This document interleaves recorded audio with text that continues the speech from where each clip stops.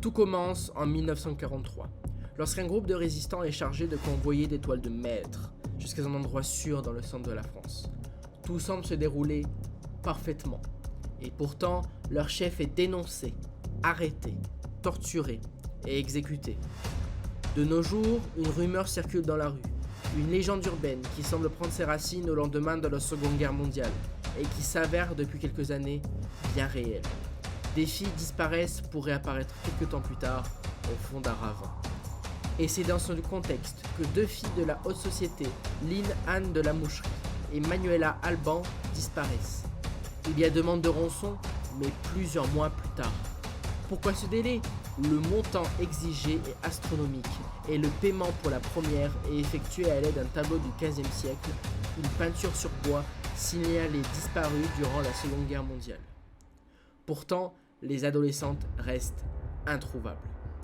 Une entité policière aux méthodes atypiques, la FSE, est chargée de l'affaire. Pour plus d'efficacité, leur patron, un Irlandais au passé trouble, met dans la boucle à la fois son équipe officielle et un groupe qui agira en sous-marin. 4 personnages très à l'aise de la clandestinité. Une hackeuse, Marlène Roquet, un ancien patron du GIGN, Manuel Orfis, un ancien terroriste repenti, Glenn Mortimer, et une légiste, Gwen Saint-Cyr. Alors qu'ils se mettent en place, l'une des anciennes amies de Saint-Cyr, une orpheline qui vit dans la rue, est enlevée à son tour. Le groupe se scinde. La légiste et son binôme, Mortimer, remontent la piste jusqu'à Charlieu. Très vite, ils découvrent que les 3 derniers enlèvements correspondent à une stratégie différente, même si les donneurs d'ordre paraissent être les mêmes. Quel lien relie ces 3 filles au profil si dissemblable ?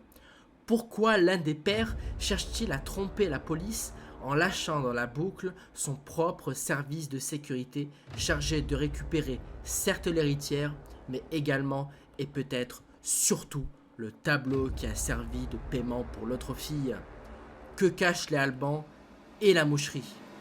Tandis que la double enquête avance à des rythmes très différents, un 3e protagoniste joue les troubles fêtes.